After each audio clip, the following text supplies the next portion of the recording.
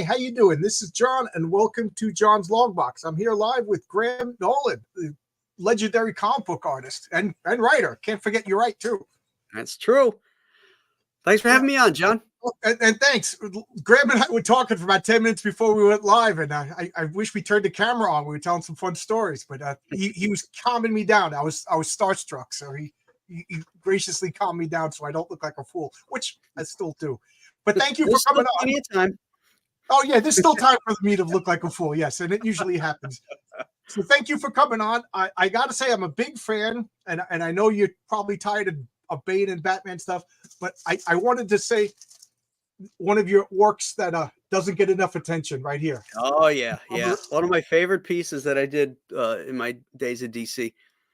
Yeah, I had Chuck Dixon on a while ago, and we were talking about, like, tell me about something that you're proud of that doesn't get enough attention, and he brought that up, and I was embarrassed to say that I didn't know about it. Now I'm a big comic book guy. Did he tell you how we wrote that thing? Yeah, he said you got together, right? And yeah, we got together in Central Park. We got the green light. We went up to DC. We pitched an idea for a Joker graphic novel, and they said okay. So we went out to Central Park with cue cards, little 3x5 cards, and we started writing down ideas and then placing them in order and stuff, because we were writing a mystery story too. So, right. It's really important to, what happened. You write the ending first and then you backtrack it, and you get it all. So we were working all through the cards and stuff, and we got it done like in an afternoon, the entire plot. Oh, wow. He didn't tell me that. He just said that you guys got together, hung out in New York, got pizza, and wrote a comic together. And he was very adamantly stressing that you were 50% writer. He goes, Graham is a great writer, and again, I don't mean to be mean, but you're more famous as an artist. But I got to say, I read Joe Frankenstein. I read Monster Island. I love your Monsterverse stuff. Thank you. It's captivating. I just read The Ghost of, how do you say Matacumba. Matacumba. I'm terrible with pronouncing names. A lot of people have trouble with that, but I don't know. Spent so much time in Florida, some of those Spanish words and names of things just come natural, I guess. Yeah, you think after I lived in New Mexico for a decade, you think the Spanish names would come. There you go. But yeah. So for those of you who don't know what I'm talking about, maybe I held it up. This is called the Joker, and it's Devil's Advocate, and it's Batman actually going to bat, not so much for the Joker, but as for due process, which I thought is an interesting take. That book was our answer to The Killing Joke. Chuck and I hated that story so much that we decided. I don't know if you know the story of High Noon and Rio Bravo. John Wayne and Howard Hawks hated High Noon. They thought it was communist, that Americans would behave that way. So they wrote basically the same plot and they turned it around, and that became Rio Bravo. And so we decided we were going to tell a story similar, but quite a bit different. But this was our answer. This is our Rio Bravo answer to The Killing Joke. I have to say, if anybody's been watching my channel for a long time, they know I'm not a fan of deconstructing the superheroes and whatever. Like, unless it's your creation, you know what I mean? Like, if you want to deconstruct the guys at Joe Frankenstein, that's up to you. But I don't like when other people. So I'm not a big fan of the Dark Knight and. But I am a fan of the Watchmen. Alan Moore created those characters. He could do whatever he wants. Right. Like the Boys, that's Garth Ennis. Do whatever you want. That we all know that they're supposed to be. But I don't know. Superheroes are supposed to be aspirational. And I like the fact, and I had a hard time at first thinking, why would Batman defend Joker? Because Joker is accused of a crime he didn't commit. And everybody else is going, this is our chance to get rid of him. He's facing the death penalty. And Batman's like, no. It's due process. We are Americans. Due process. And I have to say, emotionally, when I first heard this concept, I was like, Graham, what did you do? Because first off, I hate the Joker. So I wanted to see it. But I understand what I love the Joker as a villain, Oh, I don't know. I guess it's overexposed and ill used. I'll say that. But I really do. I think it's an important comic, and I think it's an important topic, and I think it's I don't know. It didn't. What did DC do? Did they bury it? Were they mad at you? Is it just one of those things? Like, I don't understand. Uh, at the time, they weren't mad at us. I don't know why they didn't do anything. They eventually got mad at us, but Yeah. maybe that's why it's never been Well, you know what? reprinted. Same thing happens to me. Eventually, everybody gets mad at me too. So Chuck and I are lovable people. I don't know why. yes, you are. Yeah, you know the story. I mean, it's a lot of SJWs got into control, and they didn't like it if you were conservative. Even if conservatism didn't even enter into your work, Right. you weren't part of the group think, so you were out. And I think that's part of it. They're saying, we're not going to give these guys any reprints, but it's a damn good story. It was really about justice. And that's Right. what Batman's all about. He's not about vengeance. He's gotten over the death of his parents a long time ago. Now it's about justice. And if the Joker gets sentenced for this crime, that means somebody got away with it. Somebody else got away with murder, and that just would not sit well with Batman. The Joker will have his time, and he figures that as much, that he'll fuck up at some point, and he'll have his day. But it's just ironic, that he finally gets his day in court, and they actually sentence him to death, which was, unheard of, Yeah. What's going on in Gotham City? But then again, I could ask what's going on in Manhattan. Yeah, well, yeah. We got our AG sitting there in the middle of the day doing nothing but watching a trial she's not in on. Yeah, I think it's a great idea, great execution, and again, Chuck Dixon and Graham Nolan. How can you go wrong? My only problem is I was embarrassed to admit to Chuck Dixon's face that I didn't know anything about it. Here I am bragging about my comic book collection, and he asked me about it. I'm like, it's not your fault. I mean, I blame DC for not promoting it enough. Yeah. So I guess that brings me to my question. At what point I'm not 100% sure, but at what point you stopped working for DC? Was that your decision or their decision? I think it was mostly their decision. I got out of comics around 2000 and went into newspaper comic strips, working for Right. King Features. And I worked for them for about 13 years. But between that 13-year time, I would freelance now and then, mostly at Marvel, really. During those 13 years, I did a couple things at DC. But editors changed, guys I knew got fired or left. It was a new regime. DiDio came in, and it was a whole different thing after after he got in. And so there's less and less work coming my way. I also know that I'm a big D&D fan. For those of you, I was going to reach up and pick up something, but you did some D&D work. You did some art for. Are you a D&D fan, or is this just a work for hire thing? Or no, it was just work. It was work for hire. I had never played Dungeons and Dragons. It was some of my very so nerdy, you'll admit. Hey, I got my nerd card, but it's not in Dungeons and Dragons. I'm a Star Trek guy, so. But some of the first professional work I did was for Dungeons and Dragons, doing their artwork for their modules. Yeah, I'm just, since you brought up Star Trek, I'm gonna establish. Oh, there you go.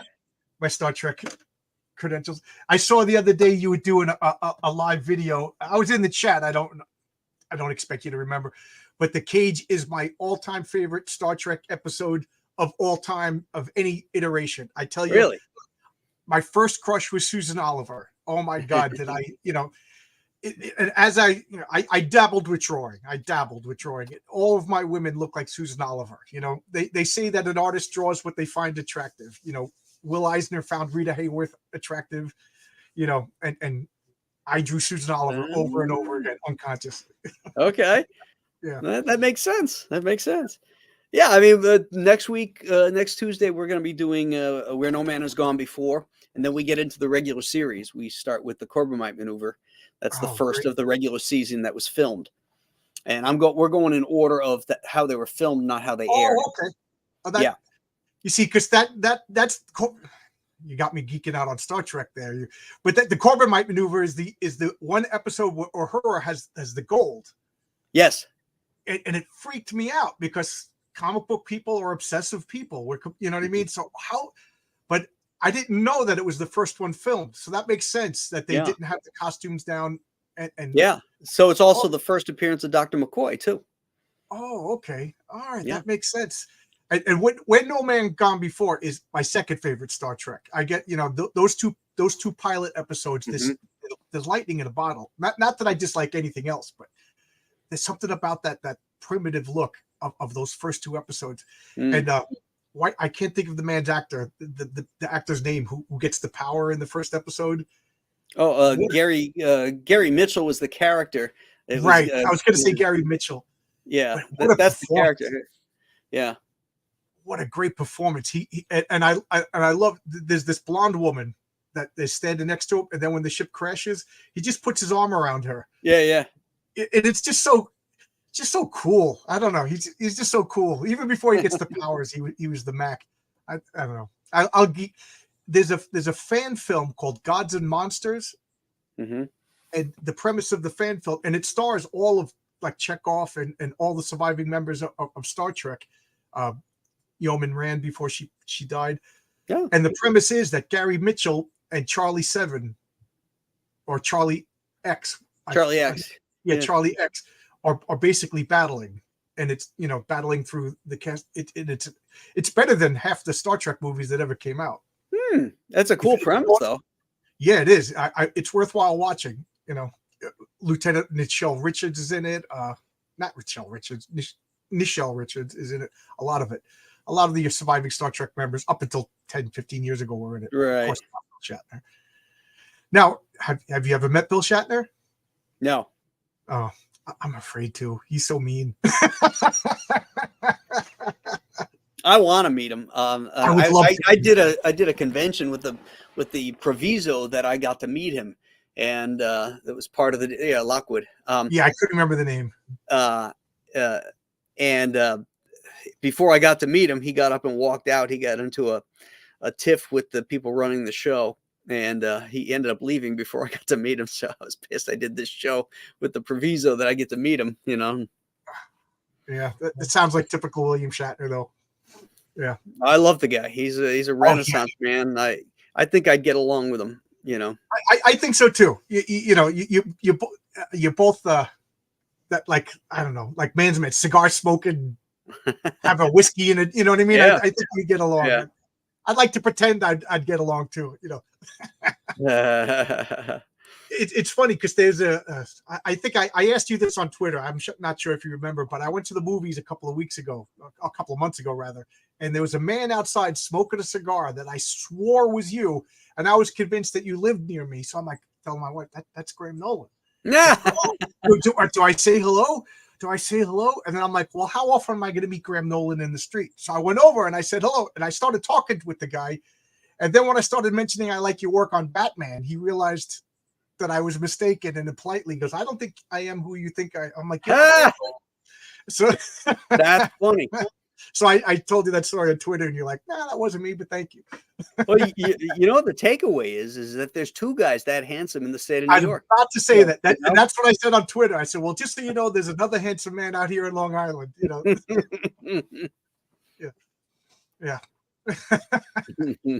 So, all right, I wanted to ask you about the deed. So that was just work for hire. I wanted to know if you got your miniatures out and put your orc ears on, but no, just Vulcan ears. So were you a kid Star Trek fan and a kid comic book fan?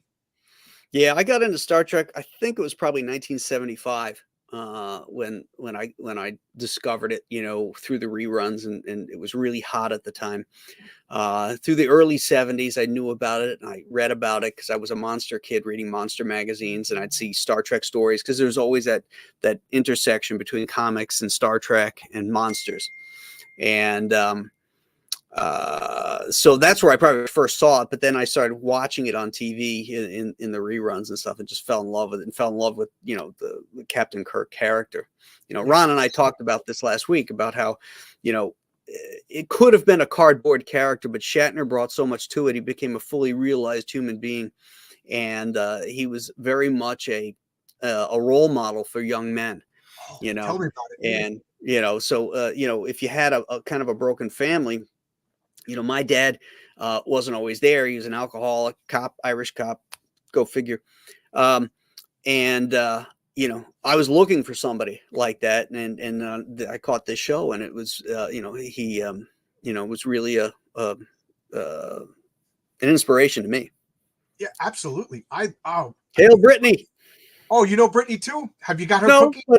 no, Oh. but she said hail gentlemen, so I said hail back. Brittany she sent me a box of cookies, and my wife was like, "Oh man, you're gonna get a box of cookies?" And then she goes, "Go get another box of these cookies." Brittany, send Nolan some cookies. No, I don't want cookies. But what you said about Captain Kirk was absolutely right, and I think a lot of people they strawman Captain Kirk. He wasn't he was always with the ladies. He was a ladies' man, but Captain Kirk never hit on anybody that he had authority over. Mm-hmm. Like what is that episode? I'm sure you know that Dagger in the Mind's Eye with the they sit in the chair. Yeah, Dagger of the Mind. Yeah, Dagger of the Mind. I'm getting that's the Star Trek, not the Star Trek, Star Wars novel mixed up with it. But anyway, that episode they had Dr. Noel. Oh my God, she's the sexiest woman in all of Star Trek. But when she first beams on, oh my God, I challenge any red-blooded male to watch that episode. But the purpose of that character is to show that Kirk did have a liaison with somebody that inappropriate, and Kirk realizes that it was a mistake, and he's dealing with like the embarrassment and the realization that it was a bad thing to do. Mm-hmm. And that was like the third episode, or maybe even the first episode aired. No, the first episode aired was the Salt Monster, but but it's one of the first 3 episodes. Man Trap, yeah, yeah, and I thought that was such a, I missed it as a kid, but I think that was such a sophisticated take. Like, this is a ladies' man, it's the '60s, things are different, it's like the Mad Men era, and then the captain of the ship realizes you don't sleep with your subordinates. And then I watched Next Generation, and Riker's hitting on the ensigns in while he's drinking with them in the bar. And then I watched Deep Space Nine, and Dr. Bashir is hitting on his patients. And I was just like, how is this acceptable? But Kirk is the bad guy, But Kirk was a very, he made one mistake as far as he knows, as far as I know. I don't know. I could geek out about Star Trek all night long. Well, I'm going to save all that stuff for Tuesday or Wednesday, rather. As you can see, I got the Enterprise right over there. Yeah. Oh yeah, I see it. Yeah. So, I know you must talk. We talked about this earlier, but like the Bane and Batman, you talked that to death. So, what you have an active campaign right now? It's active for another. Let's see here. 12 hours. Yeah. Does that sound right? 13 hours. It's active for 13 more hours. Yeah. Return to Monster Island. When I read the first Monster Island, I had like it took me back to like comics like Challengers of the Unknown, and old sci-fi. Is that on purpose? Am I misinterpreting anything? Nope.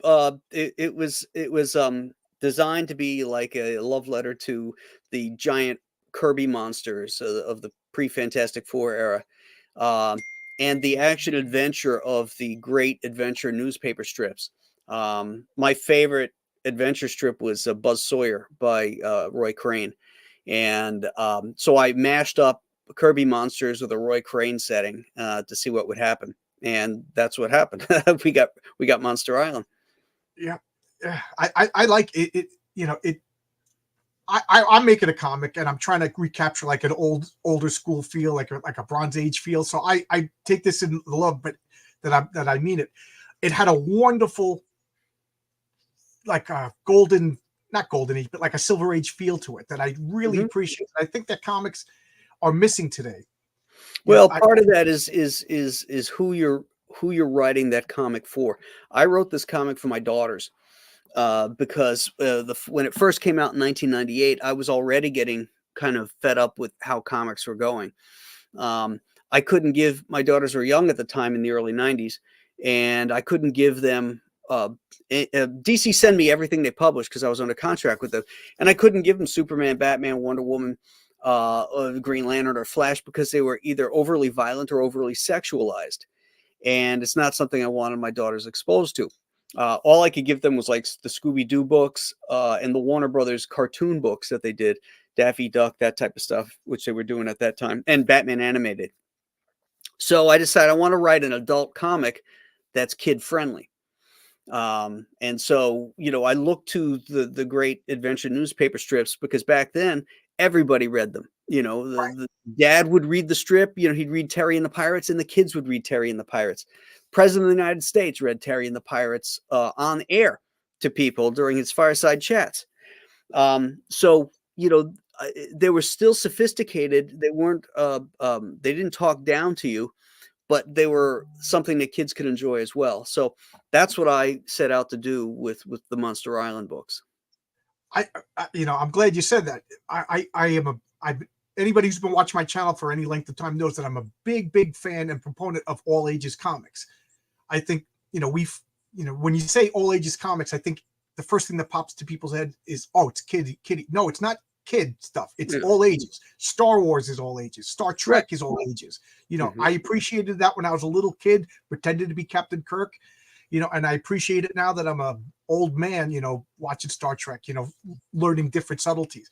But look at all the great comics of Marvel, your Chuck Dixon and Batman run. It was all ages. You could like that as a kid. You could like it as an adult. It doesn't mean, dumbing it doesn't it have that pejorative sense that right. That you're talking down or riding down to a child. Right.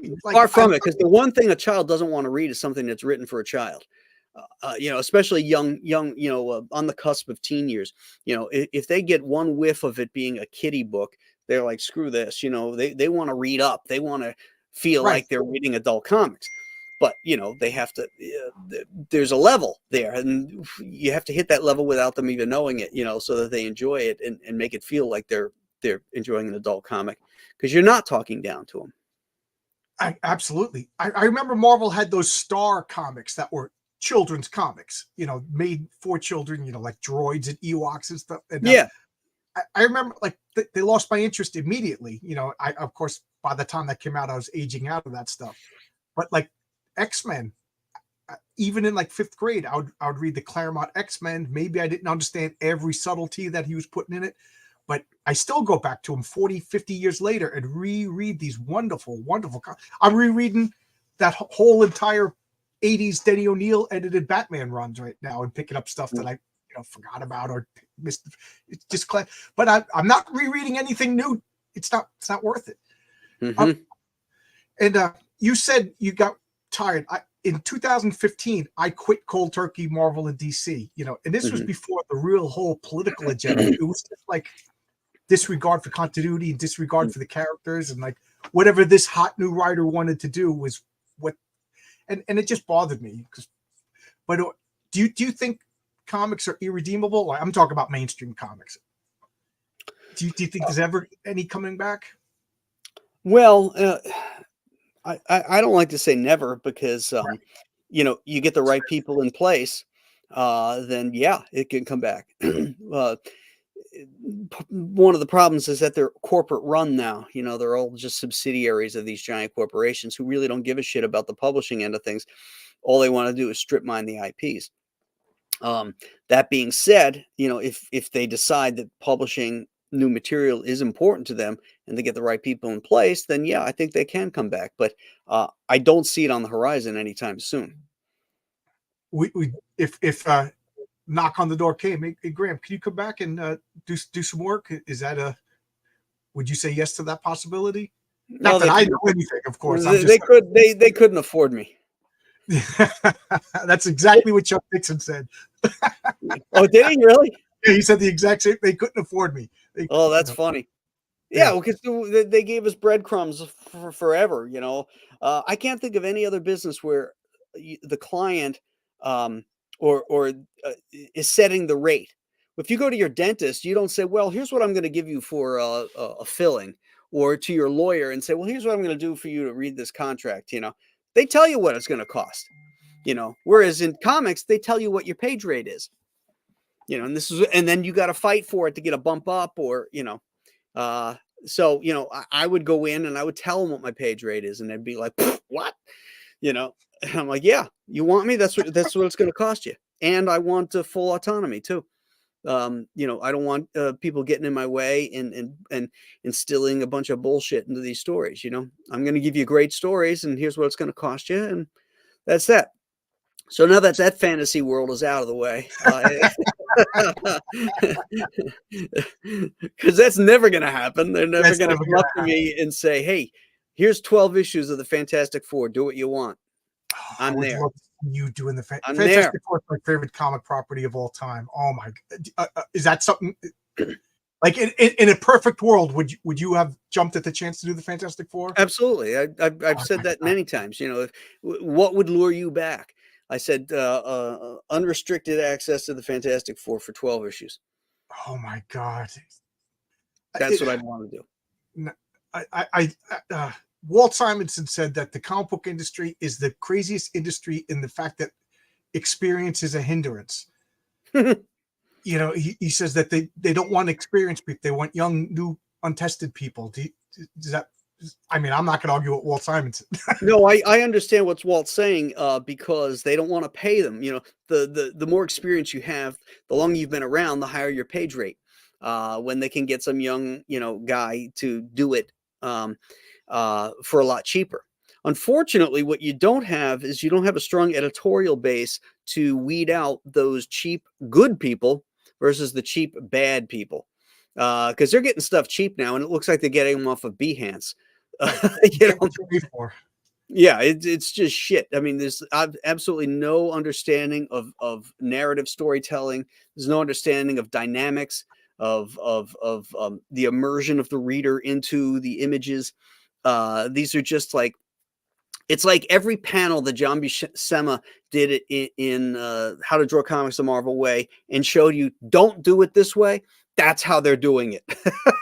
It's like they never got to the next page to show you the Marvel way, the dynamic way. Yeah, yeah, I agree with you. You know, I see these panel these pages of the same head. Like I remember, I forget what it was, Identity Crisis by DC. It was the superheroes going to therapy, which the concept itself should never have been published, Mm-hmm.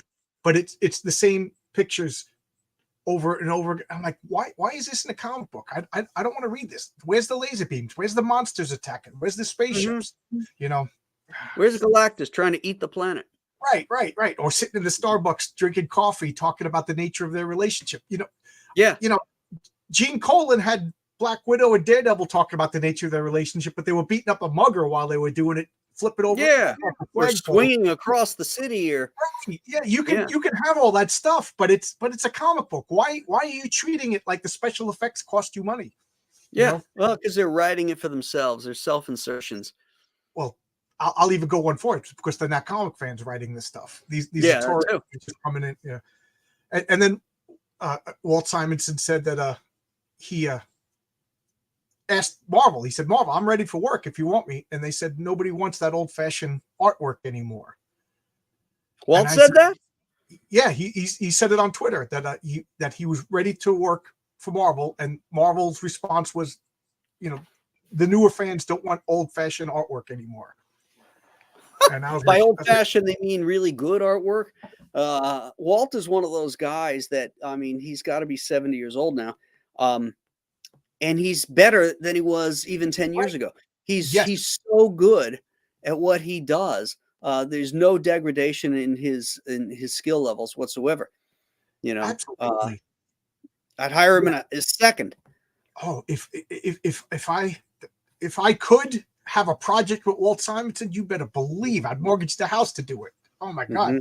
One of the top tier talents in all of comics. Absolutely. He's great.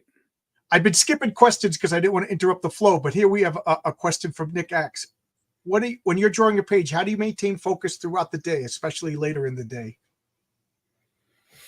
Not sure I understand it. I'm focused on what I'm doing. That's part of what you do, is when you're trying to tell stories. The hardest work is the layouts, is laying out your story, getting your designs in the panels so that they're clear, that they're dynamic, all that kind of stuff. That's all the heavy lifting.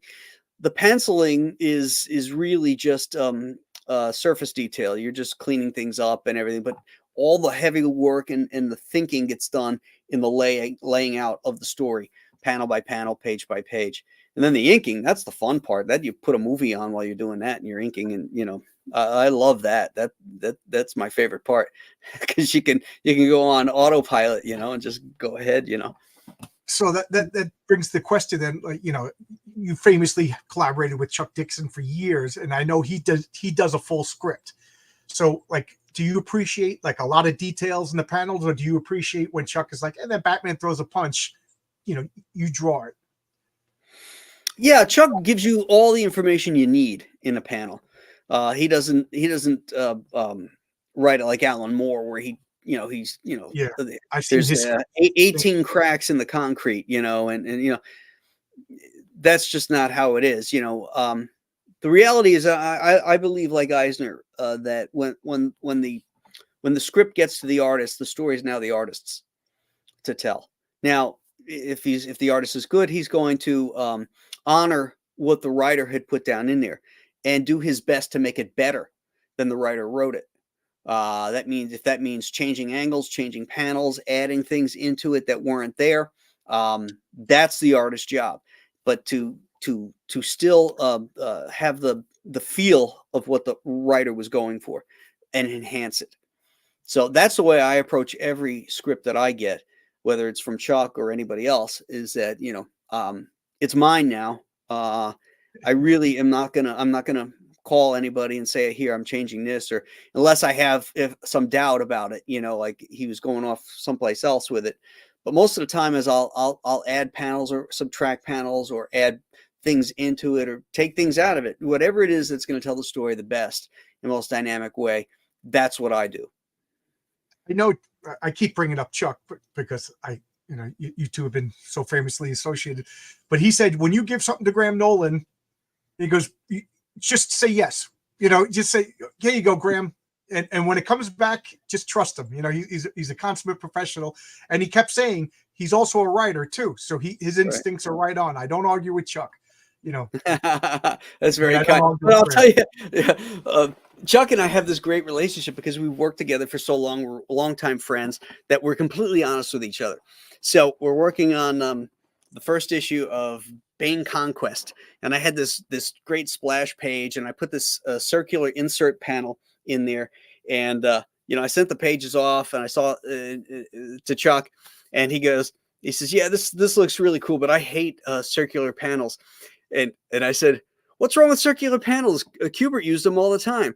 And he goes, you're not Joe Kubert. I'm like, you motherfucker. Well, you can't argue. I said, you're no Elmore Leonard either, pal. That's funny. It was funny. It cracked me up. I got to ask too, because I'm a big fan of Danny O'Neill, and Danny O'Neill, to me, I think is the gold standard of comic book editor. Now, correct me if I'm wrong. You're the guy who worked with them, but I feel that the comic books have been permanently and irreversibly diminished with not only the retirement of Danny O'Neill, but then the passing on of Danny O'Neill. And he gave lectures, and he famously told people that when you have a character, you're the custodian of this character. It's not yours to break. Right. It's not it's a toy that you play with, but ultimately you put it back on the shelf for somebody else. He goes, and that toy, meaning Batman, is going to pay somebody else's mortgage. He's going to put somebody else's kids through college. He's going to. Now, when I heard that, I was like, oh my God, like that's so true. And I think that's one of the biggest problems that I had with Marvel and DC was I felt like they were. There's nobody watching out for these characters. Right. Like, do you ever have, when you were a kid, you had a toy and then you gave it to your friend and they take magic markers or they break the limb off and give it back to you? Oh, I broke your toy. Like, I feel that's what the new people, because it didn't matter to them. It's not their toys. They don't have any. They don't care. Mm-hmm.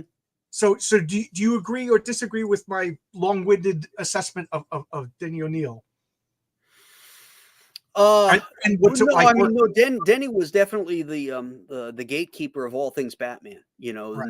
nothing was going to get by him that was treating the character poorly or off of model or. I mean, he would take risks. You know, he was always trying to enhance things and modernize and all that. So, but never to the detriment of the character itself. Even Dark Knight, you know, Frank Miller's Dark Knight, that was never supposed to be canon. It was supposed to Right. be a one-off, you know, standalone story, which was allow him to do all this crazy stuff with Batman. And and the same thing with the Birth of the Demon. You know, that was never, and he was pissed off when DC, you know, put those things into canon, you know, because it irrevocably changed Batman, Right. you Yeah. know, from uh, from a heroic idealist into kind of a narcissistic nihilist. Yeah. I'll tell you, the Dark Knight Returns. I don't like the treatment of Superman. That's what. Oh, I hate that too.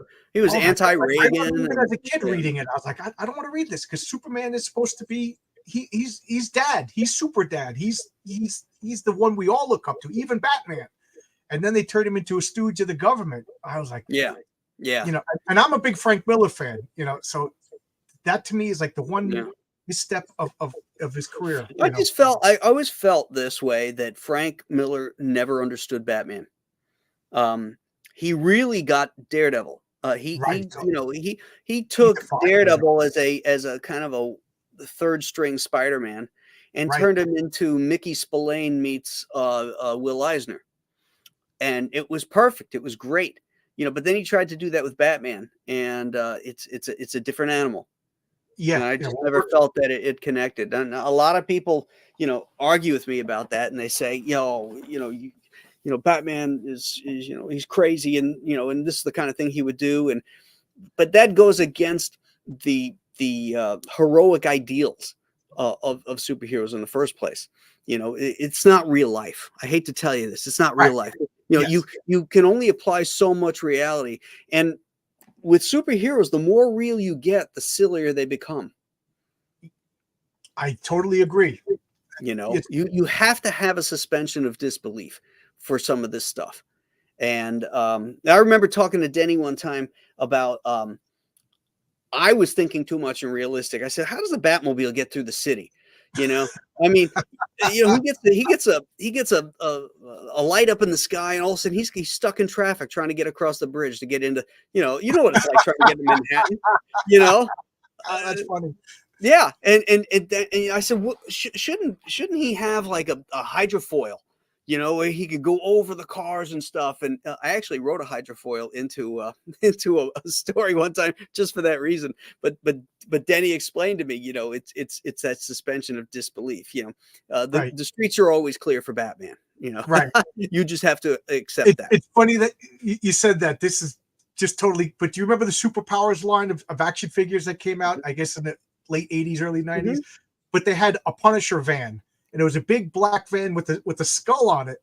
And I'm like, why don't you just have the pull me over mobile? You know what I mean? Like, wouldn't the Punisher have like a beat up bug that nobody would notice, or like a Toyota Gremlin, or you know what I mean? Just you would have the most innocuous car that the cops wouldn't notice. That's true. That's true. Yeah. What we're we going to say now? He hacks the traffic lights. You know, that wouldn't be too far from the truth, I guess. Batman is real. How dare you? Oh, Kirby asked this question: can the artist cut something from the script? Depends. If it's superfluous to the plot or to the narrative, yeah, you can cut it. If it's sometimes writers that aren't so visually adept will write too many things happening in one panel, you know, which you can't do because you need more panels to sequentially tell that action. So yeah, you jettison the stuff that is irrelevant to where he's going with that action, you know. Have you ever had any? I just have to ask this now. Have you ever had any not altercations, but whatever discussions with the writer. No, that's what I wrote. You're doing that, or how dare you change this? No, Never. I can imagine. Yeah, you're not some rookie kid. You know what you're doing. I trust you.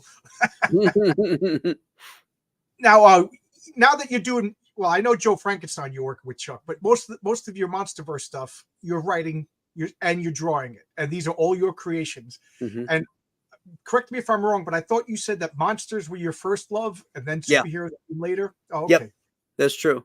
So Yeah, I saw Frankenstein Meets the Wolfman when I was like 7 or 8 years old, and I was like, ah.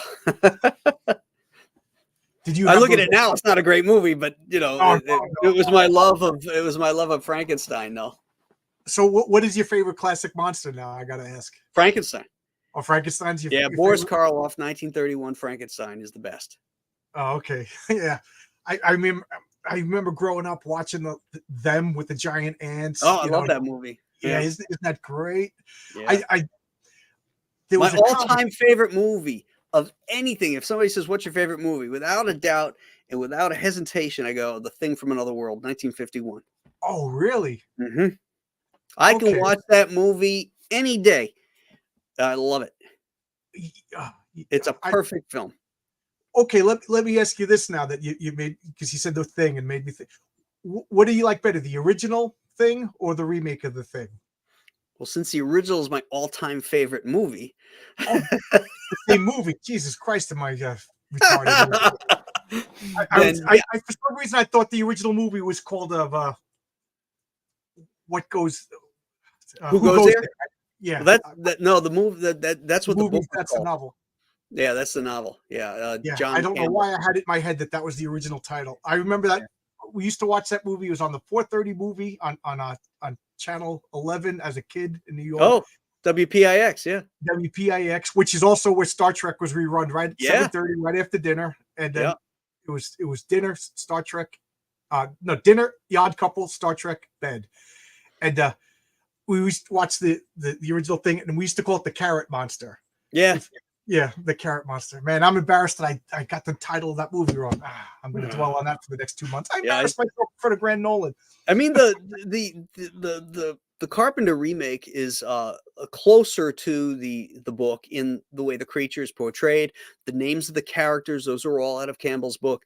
But the difference is that you don't give a shit about the characters. I never once believe in the Carpenter film that any one of them were scientists, and they don't ever seem to have a job there. The first time we're introduced to this team, they're playing ping pong and listening to music and hanging around. Nobody does any work in that ice station. Whereas in the original, it's these Air Force guys, and they're clearly military guys. They're there for a reason, and they do stuff. And you see them doing stuff, and you see them behaving like military men, and the scientists being, doing scientific stuff, So I believe that. Whereas in the Carpenter one, I didn't believe that. And it's a problem with a lot of Carpenter characters, is that they're ciphers. They're just, I don't really care about them. So when they get killed, it doesn't bother me. But in the original one, I love all those characters. And in the book, the characters are much better defined. And in fact, MacReady, if you read Campbell's description of MacReady, he's talking about Doc Savage. He was a giant of a man with a bronze tan who was 6'4", and MacReady was the guy, in the book. And like the original movie, the humans win in the book. The humans win. So I like that. I didn't like, that ambiguous, kind of deconstructed ending of the remake either. I like it. I'm sorry, guys. I like when the good guys win. I like rooting for a hero, and I like when I'm given a hero. It's funny that you said that, because I never thought about that. But in the remake, they weren't scientists. They were biker gang or construction workers. Those are the guys I work with. When they were playing ping pong, that was like our coffee break or lunchroom. Like that's what it's like. Like, I never bought. He's drinking the booze and he throws it in the computer. Yeah. Right. Not one of them was doing That's science. Your pilot. That's your pilot. Great. Marcus Kelliger says, Yankees game, honeymooners, Star Trek. Exactly. But Yeah. when I was first married, I was up working late on samples and stuff because I worked at an ad agency during the day. My wife worked for a level or blind company when we were living in New Jersey, and we would watch. I'd be up late watching this stuff. I'd watch the Star Trek. I think you have it wrong. I think Star Trek was first, then the Honeymooners. Is the Yes, way the I Honeymooners remember. was the last thing on. Yeah, yeah. And I It was because I would be up there laughing my ass off watching the Honeymooners, and I'd wake my wife up, and she'd get so angry at me. She goes, "Will you stop laughing so hard or turn that down?" You know. But I loved it. Star Trek to the Honeymooners. You know. if anybody in the chat grew up in the New York area, because Graham and I were talking, he grew up in the town right next door to I grew up. Is it okay if I mention the name of the town? Yeah, sure. Long Beach. He grew up in Long Beach. I grew up in Baldwin, and my first apartment was in Long Beach. And I used to go to the bar that Graham's dad owned. You know, Yeah, not when he owned it, of course. But, yeah. But the name's still there. It's still Nolan's Pub. Still Nolan's Pub. And like I said, I was probably thrown out of it, like I did when I got my first apartment when I was 19 years old. And oh my God, did I get in trouble? But the Honeymooners was on 3 times a day. It was on at like 7:30 or 8. I forget the exact time. Then it was on at 11 o'clock, and then it was on at like 3:30 in the morning. And we used to call it the triple moon. Like we would, you know, we right after dinner we'd watch the Honeymooners, you know, and then right before going to the bars watch the Honeymooners, and then coming home from the bars watch the Honeymooners. So I mean, we had it memorized to the point. My wife is from Winnipeg, and I just assumed everybody watched the Honeymooners. So we got married, and now we're home. It's like our first weekend in the house together, a husband and wife. And I just jokingly started saying, "I am the king of the castle." And I started doing that whole routine. Yeah. And she started crying. She thought I changed. Like she couldn't leave. So I had to find Honeymooners on YouTube or whatever and play that. I'm just doing a bit. I'm just doing a bit. You are a blabbermouth. Blabbermouth. Yeah. Oh my God, so funny. This Marcus just brought up a point. They got a lot of mileage of 49 episodes. In my memory, there's 6,000 episodes of the Honeymooners. I know. Just somebody told me that there's only like 10 episodes of Mr. Bean. Like, in my memory, it seems like 100. Yeah. It's only 79 episodes of the original Star Trek. I know. When somebody told that to me, I was like, no, you're wrong. There's 79 episodes. 79 episodes. Yeah. I had a coworker that was a physically big guy, and he was very nerdy and everything. But because he was big, nobody busted his chops. But he was the world's biggest Star Trek fan. And at work, you do work. But one day he came in with the cloisonne pin of the Enterprise. So I was like, "Oh, you like Star Trek?" We started talking, and now he's like, "Oh, I got a Star Trek buddy." Kind of a mistake. Now we're partners. Now it's the only thing we can talk about is Star Trek. And he bought tickets to a convention. I've never been to a Star Trek convention. He bought the tickets, and he's telling me about the makeup that I'm going to wear. He dresses up like a Klingon because he's a big guy. He's got a bat lift and everything. And I'm going to wear a Star Trek outfit. And he's actually drew a map of how. And I was like, "Man, Anthony, I don't want to go." And that was it. He just. Part of me feels bad because we haven't spoken since. I think I broke his heart. Poor guy. Now, have you ever been to a Star Trek convention? First convention I was ever at was technically a Star Trek convention. It was in Titusville, Florida, at a little hotel. My brother and I went to. My mom drove us up there, and they had comics. It was, in fact, the newest comic that was coming out. Everybody was talking about was Star Wars. The Star Wars #1 was coming out that summer, and the movie hadn't even come out, and I was like, "What the hell is this thing, Star Wars?" It didn't interest me. I was buying old Spider-Mans, and then I traded them away and got Captain Kirk posters and Star Trek shit at the convention. Yeah.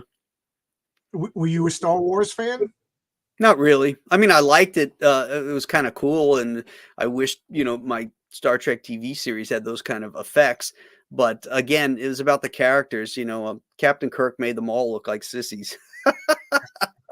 I remember we were going out to dinner with new friends that we had met, and it was polite conversation. And somebody said something about Star Trek, and I was like, "Okay, here's my turn to actually, and I remember the guy's wife was all into astrology and everything. I'm like, how can I win this couple over? I like the husband and everything, but the wife is really getting on my nerves with this astrology nonsense. So I started talking about Kirk. Kirk he's the perfect man. He's almost like the Mary Sue. I said, and then Spock, he's all logic and everything, and McCoy is all emotion.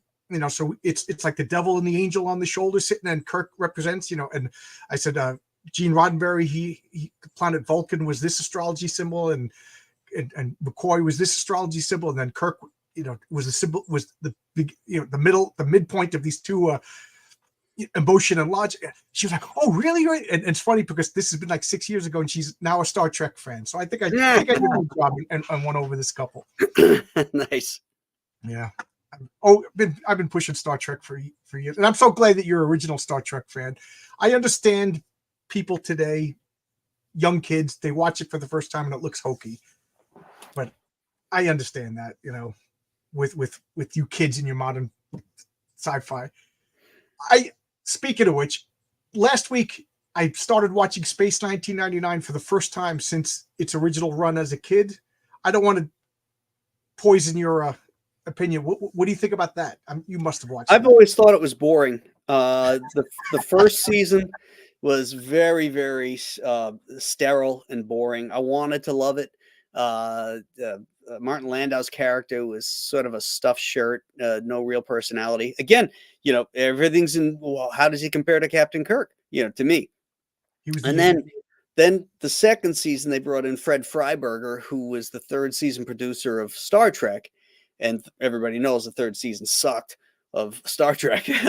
And Fred Freiberger, kind of wanted to put more action in, but then he introduces the animal morphing chick. Yeah, I forget what her name is. Maya. Yeah. And it just, they tried really hard, but it just never got to me, never caught on with me. It's so boring. It is boring. I'm 4 episodes into the first season, and I'm not joking. I fall asleep and then I have to rewind it and finish it. It's just so dull. Like you said, it's all reactions to Star Trek. Martin Landau, who I think is a phenomenal actor, and yeah, he was in early episodes of the Twilight Zone, and you couldn't take your eyes off him. Just comic artist. He was a comic artist. Yeah. He started his work drawing comics for one of the New York newspapers. Oh, I didn't know that. Yeah. Oh, wow. Oh, cool. Learn something new every day. And with Stippling Vaughn saying the Eagle One, oh my God, they were one of my favorite spaceships till this day. Yeah. The Eagle One is a great spaceship. But it's a great concept. The idea of the moon getting knocked out of orbit and it traveling through space and everything. But then they just kind of lost their Bible. They lost their way.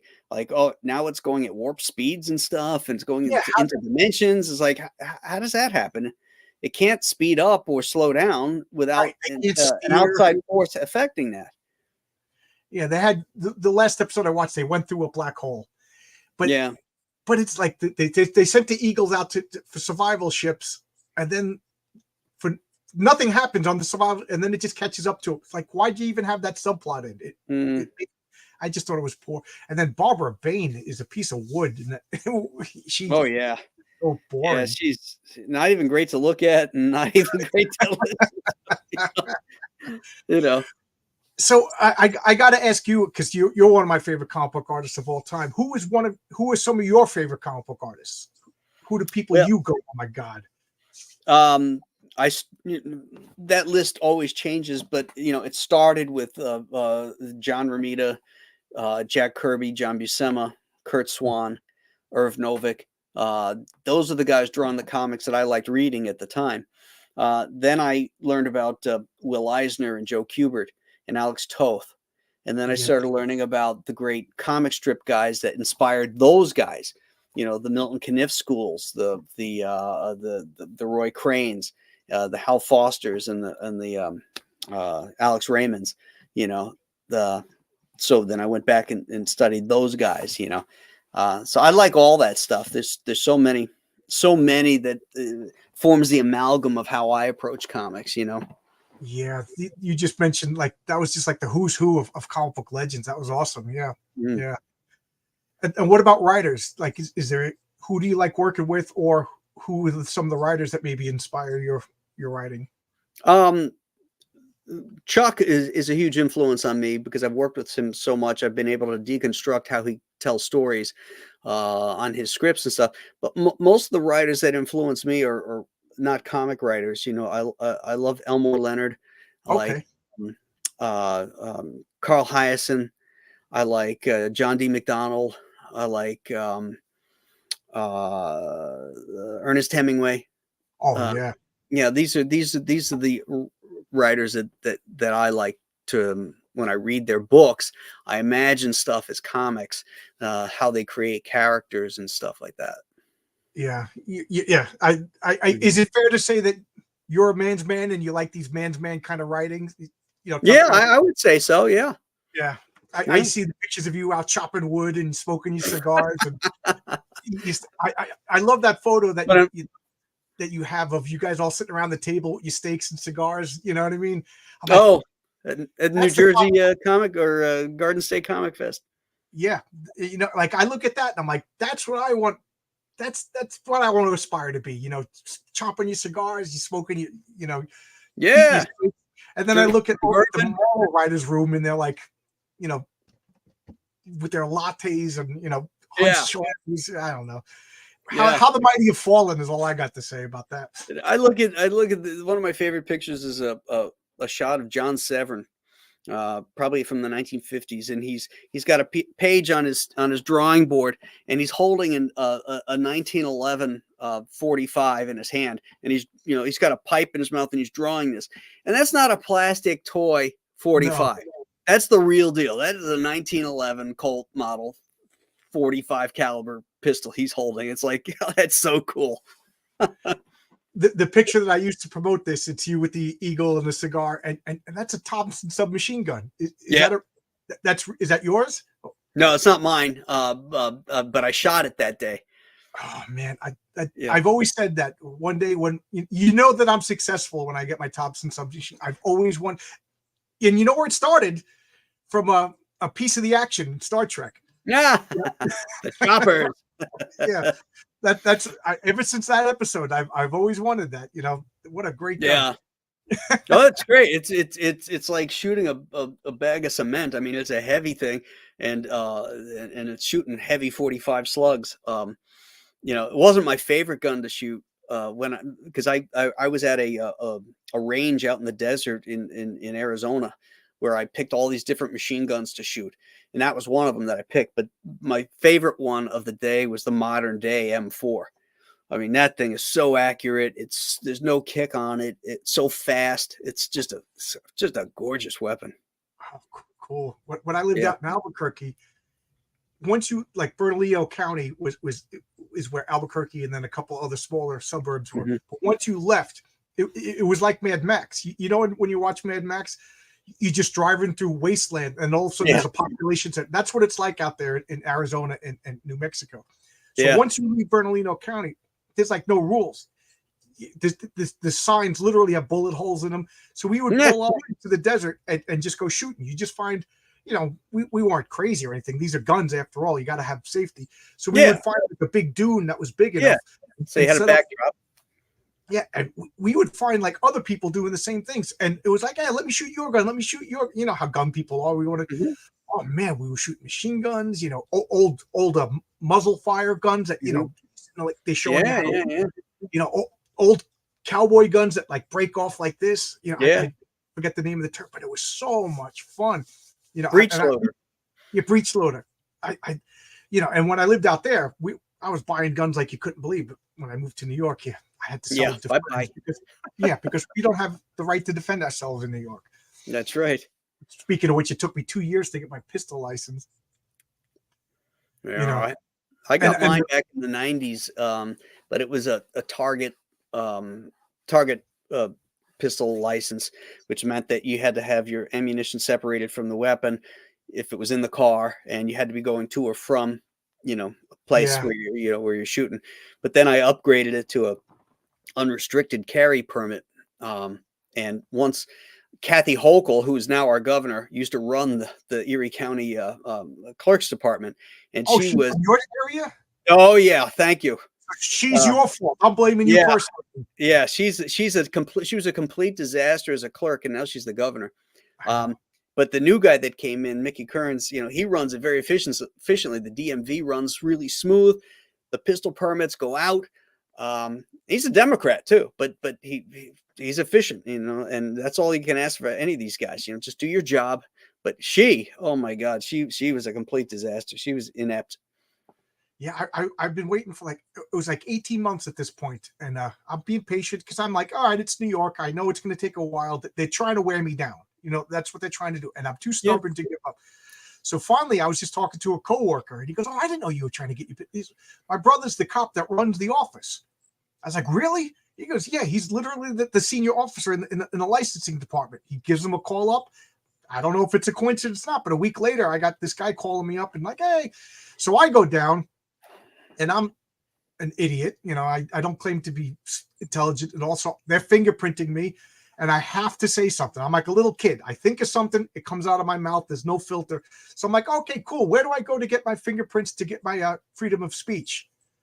And they're like, what? I said, well, I'm getting fingerprinted to exercise my constitutional right to defend myself. So I'm going to say something in public next week. Where do I get fingerprinted for that? And everybody's like looking at me like, oh, are you really saying this right here, right now? You don't want that license, do you? Yeah, do you really want this license? So now the guy's sitting and he's checking off the form, and he checked it off concealed carry. So I'm like, oh, wow, my buddy really came through. And then I take the paperwork to the next guy, and he starts to cross off the concealed. I go, what are you crossing that off for? He goes, oh, no, there's no concealed carry. I go, the Supreme Court just said that every license is concealed carry. And he's like, don't bring that up. Like they literally want me to be just fill this out. Do you, so I don't know. My wife was like, you're going to get in trouble. You're going to, and the guy goes, here's my card. Call me if you get in trouble. I'm like, what do you mean get in trouble? He goes, well, if you get in trouble with the police. I'm like, well, like for a speeding ticket? He goes, no. Like if you get in trouble, like, give me an example. He goes, well, let's just say you go out and you get caught buying a gun from one of your buddies for a bag of cash. I said, if I had a buddy who's selling me a gun for a bag, would I be sitting here talking to you right now, wasting 2 years of my life? That's a good point. And he goes, well, if you get in trouble, you can't get a license. I said, well, then I'm going to go to my buddy with the cash that you just made up. Yeah. I said, I'm getting a gun. Make it legal, Yeah. That's what good citizens do. The bad guys just buy it on the corner, and they got them. We don't. Right, exactly, 100%. You're going to tell me, drugs are illegal too. Go out to quorum and tell me that drugs are illegal. I see zombies walking the streets. Yeah, I don't know if you're familiar with out in Suffolk County, but I'm not joking. You lock your doors when you drive through this meth heads. Really? Wow. Yeah. What does Caleb say? We got to have a green card. Yeah. Did we just find out that illegal aliens have the right to guns too? Whatever. The country's crazy. So I've been babbling for so long. You really put me at ease. I was really nervous and gushing at the beginning. So thank you for that. And I talked. So anything you want to say? Anything you want to bring us up as we pass the hour mark? If you're interested in checking out any of my stuff, it's easy to find at compasscomics.com. All my previous books are there, and there's links to the current campaign. Once each book gets fulfilled to all my backers, then they get put up on the Compass Comics website. So right now, Return to Monster Island isn't there, and Ghost of Metakumba Key isn't there yet because that's still fulfilling. We're almost done with that, but and once it is done, it'll be on the website. Yeah, this is something I have to bring up. You have 100% on time. You back your stuff. You get what you say. It's incredible. You are I think the gold standard of crowdfunding comics. So. Thank you. Well, my wife works for me, and she handles all fulfillment and shipping and all that. And she's very, very good at that. She's very organized, whereas I'm not. I handle the creative end. That's where I'm good. And she's good at that. So we work well as a team. So you can thank her for how fast stuff gets shipped out. Yeah, everything was perfect, mint condition. I'm not a Excellent. grader, but I'll say great condition. Well done. So you anticipated my next question. You do all the fulfillment yourself? Yes. Yeah, we Yeah, do it ourselves. Yeah, I have yeah. a building that I rent where we keep all our inventory, and we've got tables set up for packaging and all the supplies and all that. And it's only about half a mile from the post office. So I'll load Oh, up the pickup truck with it and just take it right up there, drop it off, and pull up to the loader in the back, unload everything, and we're good to go. oh, okay, cool, cool. All right. Did I do And storyboards? Is that what he wanted to know? yeah, oh yeah, I'm sorry. Shadow Punk, by the way, has an awesome comic. I recommend it to everybody. Cool. Awesome comic. He sent me a copy. Yeah, Did I Graham? did some storyboards when I was working in the advertising. Not many, but mostly mechanical work is what I was doing there. But I did do some commercial storyboards. And what do we have? Mike is a true talent, respectable businessman. Yep, yep, Oh, thank you, Michael. absolutely. I'm trying to think. You were one of the first to do crowdfunding, if I'm, and I think no. Well, I mean, I did my first one in 2015. Chuck and I were going to crowdfund Joe Frankenstein. We ended up getting it published by IDW, but the crowdfunding was a complete disaster. We didn't know what we were doing. We thought our names would carry the day, and that is not what crowdfunding is about. I had to learn the hard way and go through a few things, see mistakes that other people made before I realized, how to successfully navigate those waters. And one of the things is having a YouTube presence and getting out there, get your personality out there, and getting people to like you. If they like you, they're willing to try something that that you're passionate about. If they don't like it, they don't come back. Of course. But if they do, now you've got them hooked. And if you can get 1,000 regular backers, you can make a living. Now that's the magic number, 1,000. 1,000. Yeah. Mm-hmm. Are you comfortable like doing what you're doing now, coming on strangers' channels and talking comics? Because I know a lot. Yeah. I'm comfortable talking to people, and my personality lends itself to this kind of stuff. Oh, thank you. So yeah, but there are many people I've had on shows, trying to promote their stuff. It's like pulling teeth, trying to get information out of them, trying to get their personality out of them. It's like, Yes. come on, man. You're on live. People are looking at you, dude. Say something.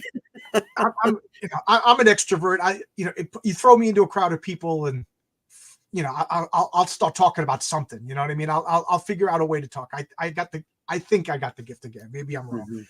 I'm Irish. It comes naturally to me.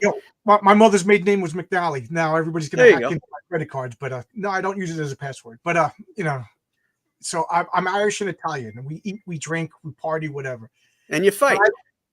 And we fight. Those days are over. Unfortunately, I was about to say unfortunately. Fortunately, those days are over. An Italian Irishman from New York who likes to fight and drink and owned a pizzeria. Jeez, I'm a walking stereotype. But I've had guests on my channel that I felt like I was doing something wrong. Like, I understand you're shy, and I do think that the stereotype of the comic book fan is kind of goofy and awkward, and I can only imagine a person who spends all day in this position, writing and drawing and living in their head. But you're very easy to talk to. You're very personable. You got to, like you said, your dad owned a pub. You have to know how to talk to people. Yeah. Well, yeah. He and my dad was a storyteller. I mean, he could regale you. He had that Irish blarney for sure. Cop stories was fantastic.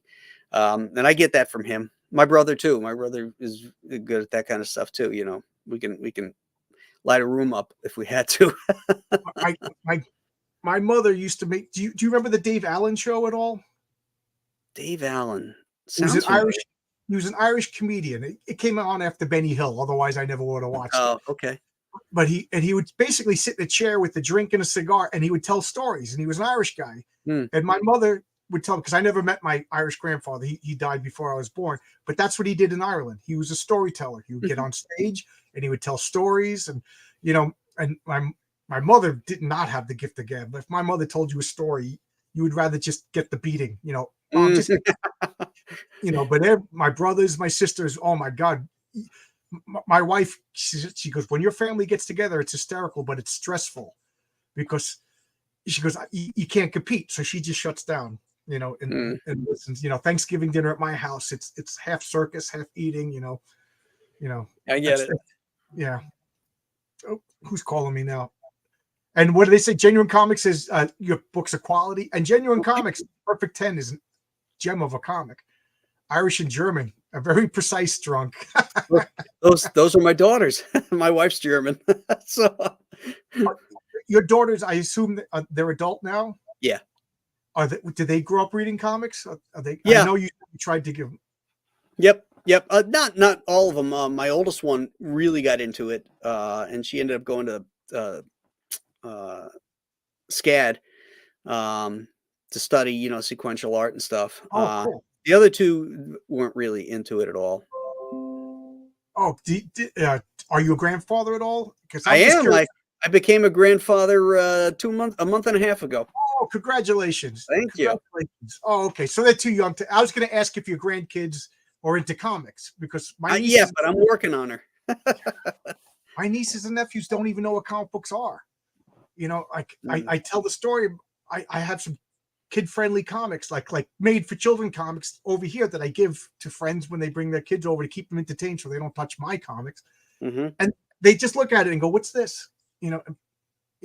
I gave their comics iPads and their phones, and they got the world at their fingertips.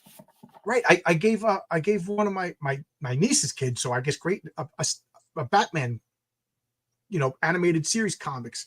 And he ripped open the package. He looked at it. And he goes, "This isn't a video game." And I was like, "Oh man!" And I blame Marvel and DC for that. Everybody knows these characters. Everybody knows these movies, and how are they not capitalizing this and getting comic books into kids' hands? But anyway, I could talk about that for an hour. That's a whole other thing. Yeah. Yeah. So we'll put this up, Graham, and I'll thank you for coming and anything you want to say. But Compass Comics, Graham is the gold standard of crowdfunding comics. Nobody does it better, more precise than Graham. He says it's going to come out on a date. It comes out on that date.